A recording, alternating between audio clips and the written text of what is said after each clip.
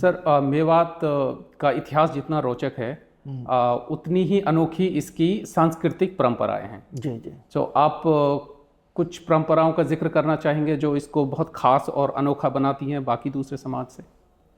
जी, ये परंपरा तो नहीं, हाँ इनकी संस्कृति के बारे में जी मैं थोड़ा बहुत बताने की कोशिश करूँगा कि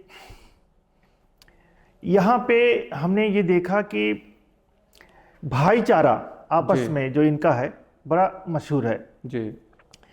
हिंदू मुसलमान में भाईचारा देखिए, अब जो आज जो नफरत का दौर चल रहा है वो तो अलग डिफरेंट बात हो गई, लेकिन आज से पहले तक हम देखते हैं शुरू से ही हिंदू मुस्लिम में कोई फर्क नहीं। आप देखिए अलवर गजेटियर हम देखें या और उससे पहले की तमाम सारी बुक्स हैं जो अंग्रेज़ों ने लिखी हुई हैं या पर्शियन हिस्टोरियंस ने लिखा है, उन सब ने यही लिखा है कि इनका नाम भी एक जैसा होता था। राम सिंह, धन सिंह, सूर्य सिंह और कौन कौन सिंह, इस तरह से नाम इनके हुआ करते थे। और इनके जो विलेज डीटी होते थे, गांव का एक देवता होता था, वो सबका कॉमन होता था, हिंदुओं का भी मुसलमानों का भी। हाँ, तो इस तरह से कोई फर्क ही नहीं था और आपस में एक दूसरे त्योहार भी मनाते थे, एक दूसरे का वो भी करते थे। तो ये एक यूनिकनेस ये पूरे इंडिया में। आज चलिए तबलीग जमात जब शुरू हुई, मैं इसके बारे में दूसरे को उसमें बताऊंगा, उसके बाद से तो लोग ये हो गए कि ठीक है हम मुसलमान हैं, हमें मुसलमान नमाज पढ़नी चाहिए, हमें रोज़ा रखना चाहिए। लेकिन पहले ऐसा कुछ नहीं था, नमाज रोज़ा जैसी चीज़ लोगों में नहीं थी। बस ये जानते थे कि हम मुसलमान हैं और मज़ार पे जाना, खतना करवाना, यही मुसलमान का वो समझते थे। हम मज़ार पे चले गए, उनसे बाबा से, शेख मूसा से, शाह चोखा के उसमें चले गए, तो ये हम मुसलमानों का यही काम है और तो कुछ नहीं। हज करना तो जानते भी नहीं थे, हज क्या होता है। तो कोई नमाज नहीं पढ़ता था, ना ना ना, रोजा नहीं रखता था। नहीं। ईद बकरीद मनाते थे। हाँ, ईद बकरीद मनाते थे। और ये कब तक है, ये कितना पुराना इतिहास है इस चीज का जो आप बता रहे हैं? 1920-22 के आसपास, 1922 के आसपास तक ऐसा रहा है। अच्छा, बहुत रिसेंट तक रहा है। रिसेंट तक रहा है ऐसा। ओके। और उसके बाद से एक बात मैं बताना चाहूँगा कि अगर आप तबलीग मूवमेंट पे तो तबलीग मूवमेंट पे ही बात कर लेते हैं सर। हाँ, तो तबलीगी मूवमेंट जो शुरू हुआ तो उसने क्या जागरूकता लेके आए, उससे उसका क्या रोल रहा है बेसिकली मेवात में? ये तो सब जानते हैं कि मेवात में लोग मुसलमान थे, सारे मुसलमान थे, लेकिन वो इस्लामिक टेनेट्स को फॉलो नहीं करते थे, जानते नहीं थे किसी बारे में, बिल्कुल नहीं जानते थे। उसकी शुरुआत हुई थी तकरीबन later half of the 19th century. Maulana Ilyas साहब के फादर थे, मौलाना इस्माइल साहब, उन्होंने, उनके बारे में बताया जाता है कि उन्हें नमाज़ पढ़ना था, तो नमाज़ पढ़ने के लिए अकेले थे, वो सोचे थे कोई 2-4 लोग मिल जाए जो मेरे मुक्तदी बन जाए, पीछे रहे। तो उन्होंने देखा कि कुछ लोग जा रहे हैं, मजदूर यहाँ से गुजर रहे हैं मस्जिद के सामने से, वही है बंगले वाली मस्जिद, उसकी बात कर रहा हूँ मैं। तो उन्होंने उनको बुलाया, कहें कि मुसलमान हो तुम? उनका हाँ मुसलमान है। कहें आ जाओ नमाज़ पढ़ लो। तो कहा ये क्या होता है? बहरहाल वो आए और जो बनवाया उनसे नमाज़ पढ़ाई कि जैसे मैं करूँगा वैसे तुम करो। फिर इसके बाद पूछा कि क्या कमा लेते हो? बताया कि हम इतना रोज़ का कमा लेते हैं।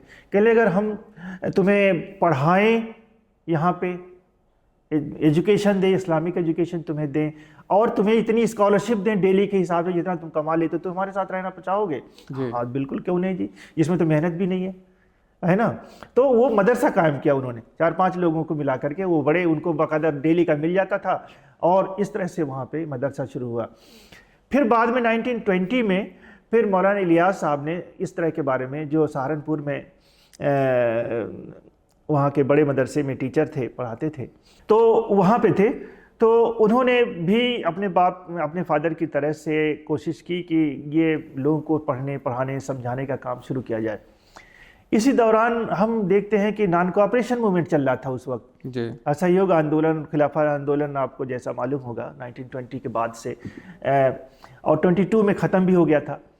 22 में जब नॉन कोऑपरेशन मूवमेंट ख़त्म हुआ तो तमाम सारे लोगों को जेल में बंद कर दिया अंग्रेज़ों ने।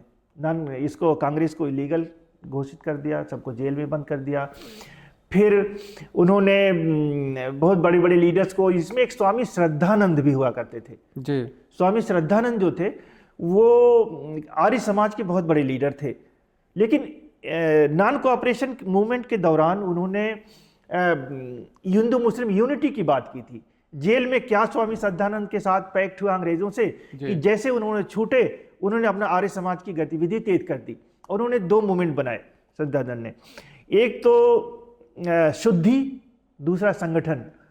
शुद्धि का मतलब होता है कि तमाम सारे लोगों को जो पहले हिंदू थे और मुसलमान बन चुके हैं उनको शुद्ध करो और फिर से मुसलमान हिंदू बना लो जी। और संगठन यानी उन्हें ऑर्गेनाइज करो, इकट्ठा करो। और उसके लिए उन्होंने देखा कि सबसे ज्यादा भोला भाला इलाका मेवात का है, उस पे चलो। तो वहां पे हम देखते हैं टोलियां बना के आर्य समाज के लोग गांव गांव जाते और लोगों को समझाते, भाई तुम्हें औरंगजेब ने जबरदस्ती मुसलमान बना दिया है, अब तुम्हारे पास चांस है, मौका है, अब तुम वापस फिर से हिंदू बन जाओ। बहुत सारे लोग हिंदू बने भी, उन्हें पता भी नहीं था इस्लाम क्या होता है। जी जी।